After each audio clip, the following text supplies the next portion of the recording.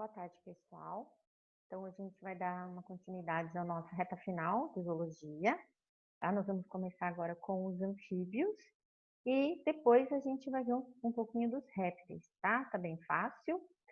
As aulas de hoje são bem tranquilas e então vamos dar início aos nossos anfíbios. Bom, gente, vai ter uma surpresinha na aula de hoje, viu? Hoje, logo depois, eu vou dar um tempinho para vocês assistirem os anfíbios e eu vou colocar algumas perguntinhas. Ai, quem viu o vídeo, prestou atenção, tá? Vai ter alguns benefícios aí na nota do segundo bimestre, tá? Vamos lá fazer um tipo de quiz da Prof. Pirajá, tá bom? Bom, então vamos ver um pouquinho aqui sobre os anfíbios. Vocês conhecem bem, né? Acho que todo mundo já teve contato, né? Inclusive na nossa faculdade, eles nos visitam às vezes. Bom, os anfíbios foram os primeiros vertebrados a conquistar o meio terrestre, tá? Nós vimos na aula passada sobre os peixes, tá? Então, aqui, eles, como diz, do ponto de vista da evolução, eles estão entre os peixes e os répteis, tá? Então, os anfíbios, né? E bio, ou seja, é uma vida, como diz, dupla. Uma parte eles vivem mais na água e depois eles passam para a terra, tá? Então, eles ainda necessitam bastante da água, eles têm uma dependência ainda da água, principalmente para reproduzir, tá? Mas eles foram os primeiros que conseguiram já conquistar o meio terrestre, tá? Então, já estão vivendo fora do ambiente aquático, certo? Porém, ainda dependem da água. Bom, principalmente na fase reprodutiva que eu falei, né? Os ovos dos anfíbios, eles não têm casca, tá? Então, eles são diferentes dos ovos da galinha, né, do jacaré. Então, eles são muito frágeis, tá? Então, eles precisam estar em contato com a umidade, porque senão eles se desidratam facilmente e não vingam. Então, aí está a dependência, tá? De estar na água, de nascer, de viver na água. Nesse período, eles ainda respiram através de brânquias. E aí, depois, quando eles conquistam a terra na fase mais adulta, eles vão respirar por pulmões, certo? Então, por isso que, tá? Vocês vão encontrar os anfíbios sempre perto de um lago, um rio, né? Algum local que esteja com água, tá? Que tenha umidade, pelo menos, certo? Porque eles são muito frágeis também, certo? Estão muito frágeis com relação à desidratação. Bom, e a temperatura deles não é constante. Eles fazem parte do grupo dos chamados pecilotérmicos, ou seja, varia a temperatura do ambiente, certo? Varia a temperatura do ambiente com relação à corporal. Então, se está muito frio, eles ficam também com a temperatura fria. Calor, eles vão esquentando. Então, eles não podem viver, por exemplo, num local em que está sol, eles nunca vão, eles não aguentam ficar no local que está um sol muito forte, porque se eles são atingidos diretamente por esses raios solares, vão começar a esquentar e vão acabar morrendo. A pele deles é úmida, por isso que a gente, né, quem já teve oportunidade de pegar um sapo, por exemplo, eles são gelados, certo? E pegajosos. Então, muita gente tem até medo, nojo de sapo, rã, por causa disso. Eles são gelados. Então, isso é porque a temperatura deles varia de acordo com o ambiente. Como eles estão sempre em ambientes mais úmidos, a tendência deles é ficar gelado, porque eles não conseguiriam sobreviver, tá?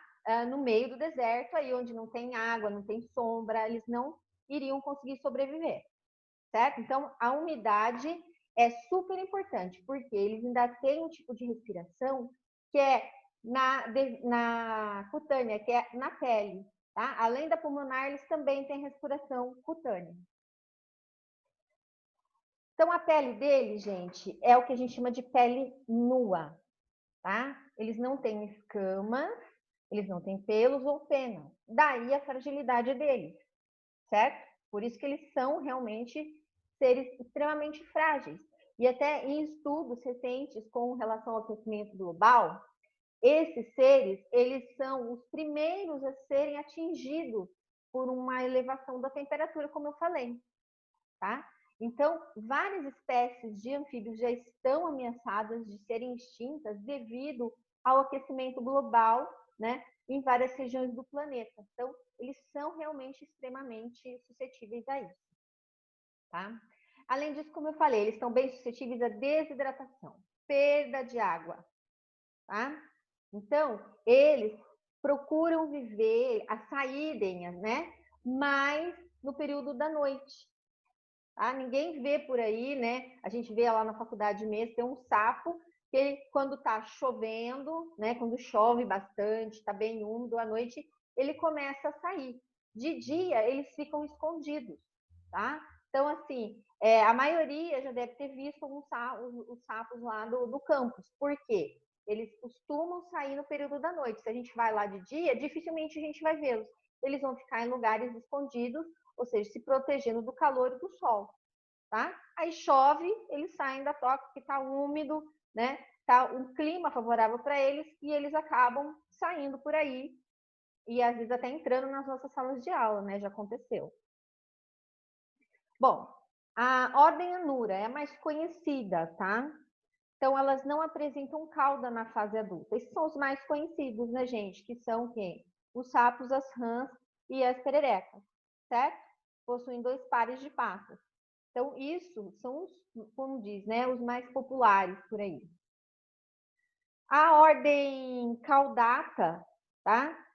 O nome já diz, possuem cauda, tá? 2 pares de patas na fase adulta, embora muitas vezes essas patas são reduzidas, certo? Dependendo do animal. No Brasil, a gente só tem uma espécie que é realmente reconhecida atualmente, que é a salamandra, que vive na Amazônia, tá? É esse bichinho aqui. É bem difícil de encontrar. A gente encontra mais lá na região da Amazônica. Por aqui a gente não encontra. Ordem Gimniófona ou Ápoda. O que é Ápoda? Ápoda provida de patas, tá, gente? O corpo dele é vermiforme, tá? O que é vermiforme? É como uma minhoca, uma cobra, porém não são cobras, tá? Aqui, gente, é o grupo que inclui as chamadas cecílias ou cobras cegas, que são compridas, parecem uma cobra, porém não são, certo? E eles têm os órgãos sensoriais, né, um tipo de tentáculo entre os olhos e a narina, já que eles são cegos, para ter um senso de direção, já que eles não enxergam, certo? Então, esses aqui também são encontrados bem facilmente, porém o pessoal às vezes até confunde com cobra. Bom, vamos falar dos mais conhecidos, que são os sapos, rãs e pererecas. Todo mundo sabe, aliás, a maioria das pessoas acha que é tudo igual, tá? Tudo chama de sapo, porém não é bem assim, certo? Os anuros, eles se distinguem em 3 categorias, certo? Então vamos lá, os sapos, tá? Os sapos são as espécies que têm os hábitos mais terrestres, tá? Então, por exemplo, eu dei o exemplo do campo. O que a gente mais vê lá é sapo, tá? Porque eles têm mais hábitos terrestres. Os outros já têm um hábito mais aquático, certo? A pele dele é mais rugosa e mais seca com relação às rãs e pererecas. Eles possuem glândulas, umas protuberâncias atrás do olho, que são conhecidas como glândulas paratoides, tá? Que muita gente acha que tem, que popularmente fala que cega e tudo mais, né? Ah, toma cuidado que o sapo não mexe com o sapo, porque cega, né? Mas muitas vezes não é bem assim, né, gente? Às vezes o pessoal fala isso para as crianças não irem mexer realmente com o sapo, né? Porque pode assustar tudo, mas não tem tanta, né, importância, né, de realmente a pessoa ficar totalmente cega. Pode sim causar uma irritação e tudo mais, né, se atingir diretamente o olho, mas é difícil atingir também diretamente o olho. Você tem que estar bem perto do sapo, né, para isso acontecer. Não é tanto assim, né? Bom, a locomoção deles é lenta, tá?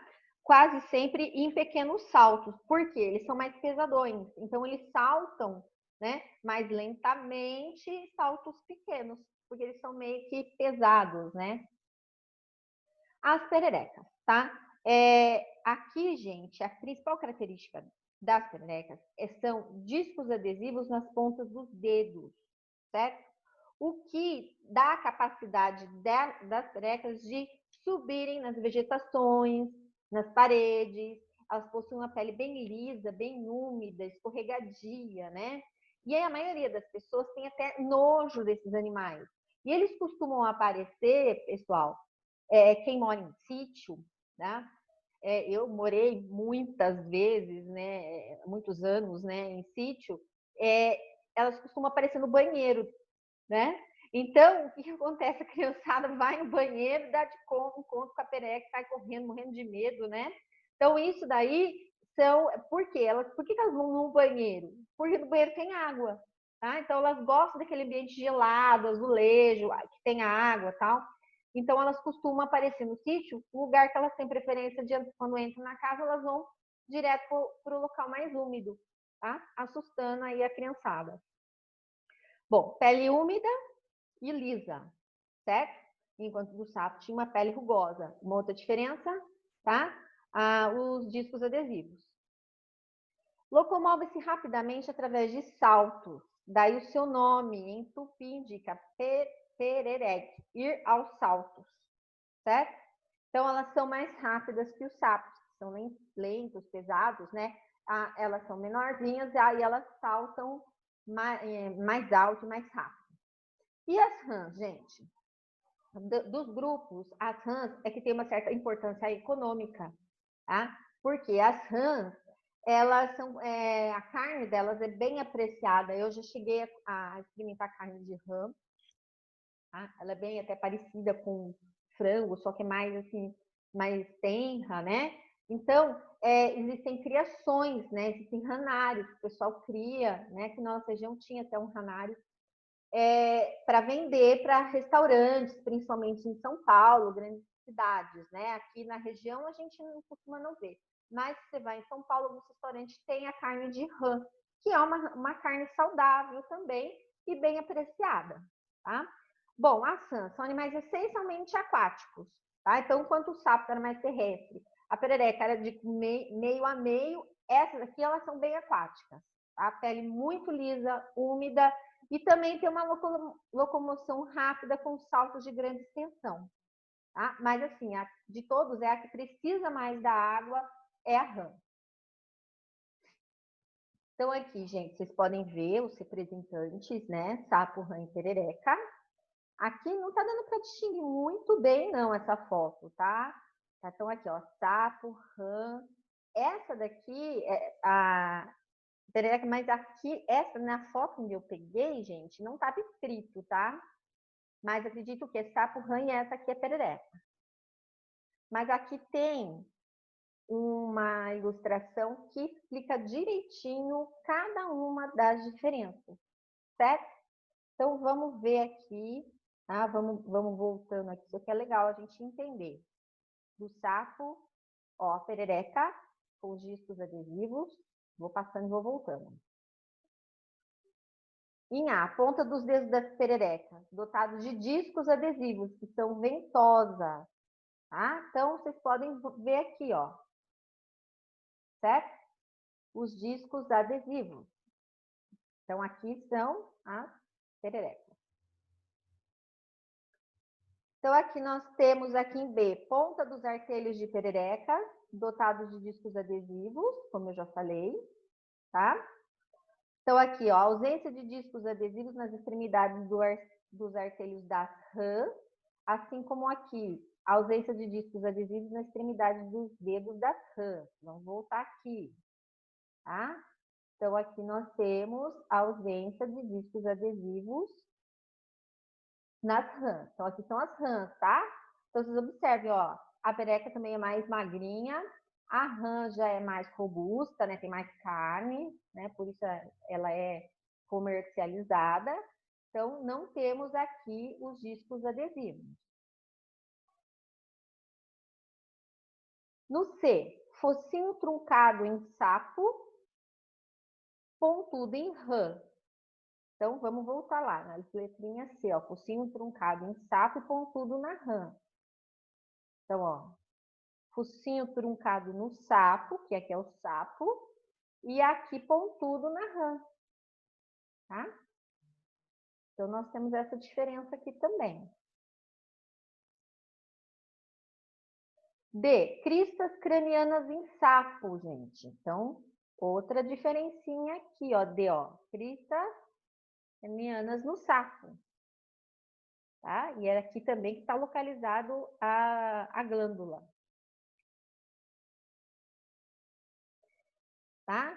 Então, aqui, ó, glândula paratóide de veneno no sapo. No E, ó. Tá? Então, aqui depois das cristas, aqui atrás já está a glândula paratóide do sapo. F, pele granular, tá? Em sapo e lisa em rã. Então, vamos voltar aqui, tá? Aqui, ó, pele granular no sapo, tá? E lisa na rã. Então, a rã não tem esse tipo de pele. G, membros esbeltos e compridos em rã e delgados e curtos em sapo. Tá? Então, aqui, diferença dos membros. Esbeltos e compridos na rã, tá? E aqui, a diferença de curtos e delgados no sapo. E curtos e delgados no sapo. Então, rã e sapo. Certo? Tá? Então, agora vocês já sabem a distinção entre sapo, rã e perereca. Se alguém falar para vocês que é tudo igual, tudo a mesma coisa, não. Tem diferença, certo? Dá para notar a diferença. Nos detalhes aí, mas dá. Bom, então aqui só para ilustrar, né? Aqui tem o coachar, né? Que é como se fosse assim, a dança do acasalamento. Vou tentar carregar para vocês, né? Um videozinho da reprodução dos sapos, que é bem legalzinho. Vamos ver se eu consigo carregar aí no grupo. E aqui, né, olha só, aqui é a hora do acasalamento, né? Na hora do amor. Pegar uma foto aqui do namoro dele. Bom, e aqui uma curiosidade, gente, para finalizar. Tá? Eu fiz uma viagem para a Argentina e a gente foi visitar, lá na região de Bariloche, um local para ver uma lagoa gelada. Uma lagoa congelada. Tá? Essa lagoa, vou até mostrar aqui, ó. No verão, ela é desse jeito. Tá? E no inverno, ela é desse jeito. Ó. Isso aqui eu tirei na internet. Essa foto aqui fui eu que tirei. Foi quando a gente chegou lá. Depois de muito sofrimento, subindo na neve, escorregando, a gente conseguiu chegar. Certo? Bom, e aí, no caminho, antes de chegar na lagoa congelada, eu me deparei com isso aqui. Ó. Essa foto também fui eu que tirei. Área de recuperação do habitat da Laranita del Chauaco. Aí eu falei, bom, nós estamos aqui nessa neve, nesse frio, congelando aqui, sofrendo. E onde que está essa ranita aí, né? Eu falei, essa ranita aí é meio estranha, né? Como é que ela está aqui sendo recuperada nessa neve? Bom, gente, então tudo tem uma exceção nessa vida. E eu fui perguntar lá para os guias, né, que estavam juntos, falei, viu, como que essa rã vive aqui nesse gelo? Foi vive, tá? Essa ranita, deixa eu falar que ela só vive ali, tá? E ela consegue se reproduzir, ela é bem pequena, viu? Ela é bem pequenininha, não é grande não. Então tá aqui, ó, Atelognathus mitoi, que é a ranita do Chauaco. Então, aqui no verãozão, ó, tá? A lagoa fica desse jeito e é nessa... Opa! Gente, espera só um pouquinho. Alguma coisa aconteceu, vamos voltar? Voltou. Então, aqui, nessa época aqui, ela fica, como tá quente, né? Ela vem se reproduzir aqui, tá? E no inverno, elas conseguem ficar escondidas, digamos que protegidas, certo? Do frio, debaixo do solo, tá? Debaixo de troncos. Não sei como que elas conseguem sobreviver, mas elas conseguem. Por quê? Pessoal que vai lá no verão, né, que os turistas geralmente vão no inverno, principalmente os brasileiros que querem ver neve, né, como eu. No verão, os turistas que passam por lá veem as rãs aqui, ó, em todo o redor da lagoa. Tá? E ela só está ali nessa região da lagoa, não estão em outros lugares. Eu perguntei, mas ela não está em outros lugares aqui da Argentina? Não, ela está só nessa região mesmo, certo? Então, o que eles fazem, né? Até a visitação é controlada, principalmente no verão, né? Não pode ir muita gente ali e tal. É só no inverno que eles liberam mesmo para os turistas irem, né? E ela consegue se reproduzir, né? Nessa época, ela coloca os seus ovinhos aqui, né? E depois aqui os adultos ficam aqui nas margens, né? E depois, quando ela fica adulta, começa a esfriar, elas vão se escondendo, né? Elas são pequenas, elas dão um jeito de se esconder ali. O guia também não conseguiu explicar muito como que ela se escondia, mas que ela ficava ali entre o solo, né, alguns locais em que ela conseguia fazer como se fosse uma toca, tá? Então ela ficava meio que hibernada nessa época ali, tá? Porque se ela saísse para a neve, né? A gente que tem uma temperatura, né, controlada, a gente já quase morria de frio. Imagina ela que é um animal, né, que é tecilotermo. Tá? Então, isso é uma curiosidade para vocês, né, que existe sim a ranita que consegue, né, sobreviver em períodos gelados aí. Certo, gente? Bom, então daqui a pouco eu volto falando dos répteis, ok? Então, assistam aí que depois tem o quiz aí que a gente vai ver alguns pontinhos aí que alguém pode ganhar. Tá legal? Então, por enquanto é só.